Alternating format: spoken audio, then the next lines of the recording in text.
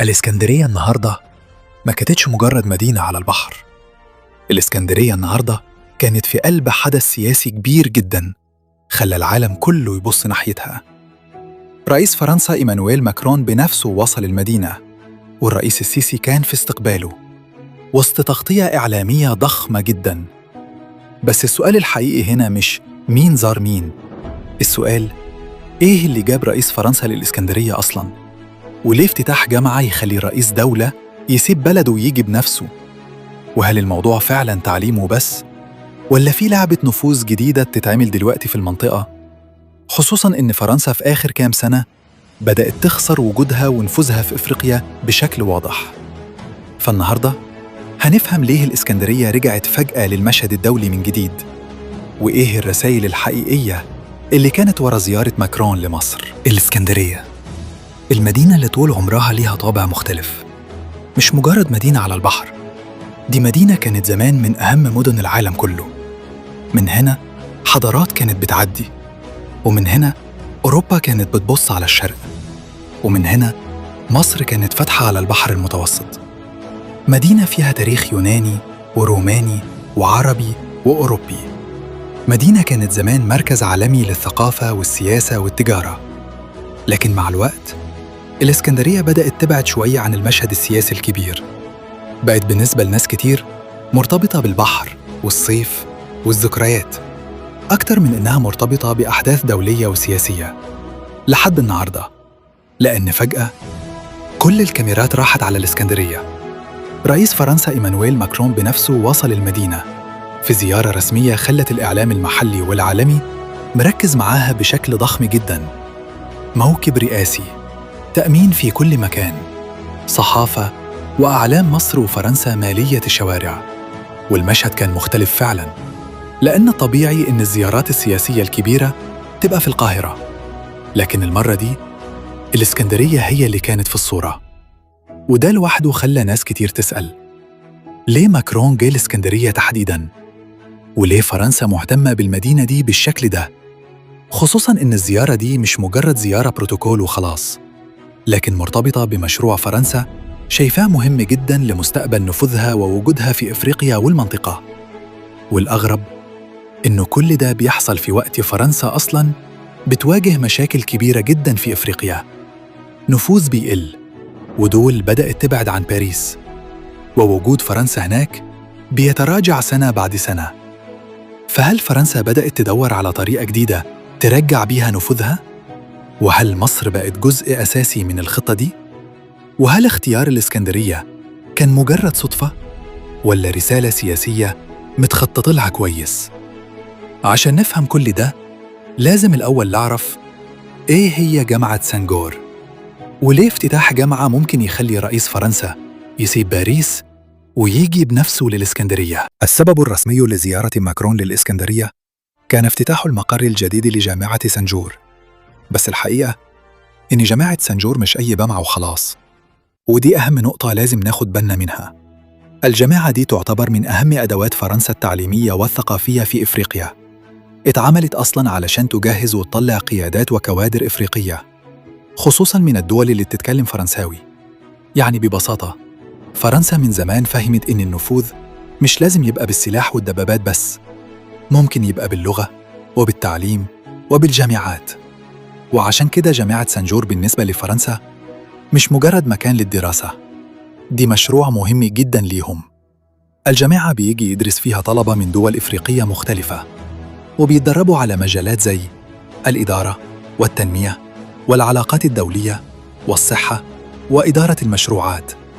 وده معناه إن الطلبة دول بعد ما يخلصوا دراسة ممكن يرجعوا بلادهم ويبقوا مسؤولين أو دبلوماسيين أو حتى قيادات كبيرة في مؤسسات مهمة.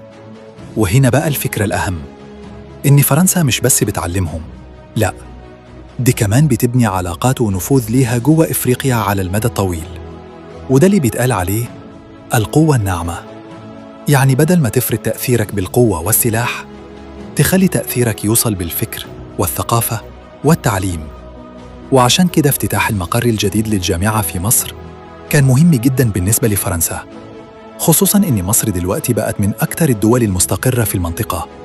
وبقت نقطة مهمة جداً بين إفريقيا والبحر المتوسط، وكمان تقدر تبقى حلقة وصل بين أوروبا وإفريقيا. فالرسالة هنا كانت واضحة جداً. فرنسا كأنها بتقول إحنا لسه موجودين في إفريقيا بس بطريقة جديدة، ومصر كأنها بتقول إحنا بقينا مركز مهم للتعليم والتعاون الدولي في المنطقة.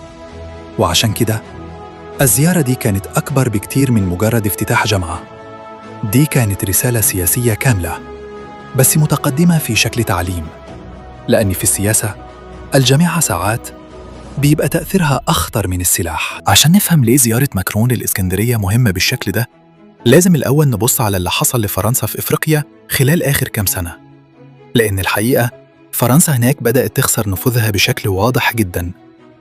لفترة طويلة فرنسا كانت تعتبر واحدة من أكثر الدول تأثيراً في إفريقيا، خصوصاً في دول غرب إفريقيا اللي كانت أصلاً مستعمرات فرنسية زمان. اللغة الفرنسية موجودة والاقتصاد مرتبط بباريس، وكمان الجيش الفرنسي كان ليه وجود مباشر هناك. يعني فرنسا كانت موجودة سياسياً واقتصادياً وعسكرياً. لكن فجأة كل حاجة بدأت تتغير. في دول زي مالي والنيجر وبوركينا فاسو بدأت تحصل انقلابات عسكرية ورا بعض، ومع كل انقلاب كان الغضب ضد فرنسا بيزيد أكتر. مظاهرات نزلت الشوارع، أعلام فرنسا اتحرقت، وشعارات بتطالب بخروج القوات الفرنسية انتشرت بشكل كبير جداً. وفي دول بدأت تقول بشكل واضح إحنا مش عايزين النفوذ الفرنسي بالشكل القديم ده. وده كان صدمة كبيرة لفرنسا، لأن باريس فجأة لقت نفسها بتخسر مناطق كانت تحت تأثيرها لعشرات السنين. قواعد عسكرية اتقفلت، وقوات فرنسية انسحبت، ونفوذ سياسي بدأ يضعف سنة ورا سنة. وده خلى ماكرون يبقى قدام أزمة حقيقية. إزاي فرنسا تفضل موجودة ومؤثرة في إفريقيا من غير وجود عسكري مباشر؟ وهنا فرنسا بدأت تغير اللعبة كلها. بدل ما تعتمد على الجيش بس، بدأ التركيز يروح لحاجة تانية أهدى لكن أخطر على المدى البعيد: القوة الناعمة. يعني التأثير عن طريق التعليم والثقافة واللغة والجامعات. وفرنسا أصلاً عندها خبرة كبيرة جداً في النوع ده من النفوذ، لأن الطالب اللي بيتعلم بالنظام الفرنسي غالباً بيتأثر بالثقافة الفرنسية، والمسؤول اللي بيدرس في مؤسسة فرنسية غالباً بيبقى عنده علاقات واتصال دائم بفرنسا بعد كده. وده بالضبط اللي يخلي جامعة زي سانجور مهمة جداً بالنسبة لماكرون. الجامعة هنا مش مجرد مكان للدراسة، دي أداة نفوذ طويلة المدى، مكان فرنسا تقدر من خلاله تبني علاقات مع أجيال جديدة من القيادات الإفريقية، لكن بشكل هادي وناعم. وعشان كده اختيار مصر والإسكندرية تحديداً ما كانش قرار عشوائي، لأن فرنسا دلوقتي بتحاول ترتب وجودها في إفريقيا من جديد، لكن بطريقة مختلفة خالص عن زمان. بس هنا يجي أهم سؤال في القصة كلها: ليه فرنسا اختارت مصر تحديداً؟ وليه ماكرون شايف إن القاهرة والإسكندرية ممكن يبقوا جزء مهم من خطة فرنسا الجديدة في المنطقة وإفريقيا؟ الإجابة ببساطة إن مصر بالنسبة لفرنسا دلوقتي مش مجرد دولة صاحبة وخلاص. مصر بقت نقطة مهمة جداً ليهم. لو بصينا على خريطة المنطقة هنلاقي إن مصر مكانها مهم بشكل استثنائي. عندها البحر المتوسط وقريبة من إفريقيا، وفيها قناة السويس، وكمان تعتبر من أكبر الأسواق في المنطقة. يعني أي دولة عايزة تتحرك أو يكون ليها نفوذ بين أوروبا وإفريقيا صعب جداً تتجاهل مصر. وعشان كده فرنسا شايفاها شريك مهم جداً، خصوصاً إن باريس في آخر كام سنة بقت محتاجة حليف مستقر في المنطقة. وفي وقت دول كتير حوالين مصر عندها مشاكل واضطرابات، القاهرة قدرت تحافظ على استقرار نسبي، وده مهم جداً لأي استثمارات أو مشروعات كبيرة بتتبنى على المدى الطويل. وعشان كده فرنسا بدأت تزود تعاونها مع مصر بشكل واضح، في الاقتصاد وفي الطاقة وفي التعليم وفي النقل وحتى في التعاون العسكري. بس الملف الأهم هنا هو ملف النفوذ. فرنسا عايزة تفضل موجودة ومؤثرة في إفريقيا والبحر المتوسط، ومصر عندها القدرة تساعدها في ده. وفي المقابل مصر كمان عندها هدف مهم جداً، إنها تتحول لمركز إقليمي للتعليم والتجارة والثقافة والاستثمار. وعشان كده افتتاح جامعة سانجور في مصر كان مناسب جداً للطرفين. فرنسا لقت مكان مستقر ومهم جغرافياً، ومصر كسبت مشروع دولي كبير يقوي صورتها كمركز إقليمي جديد.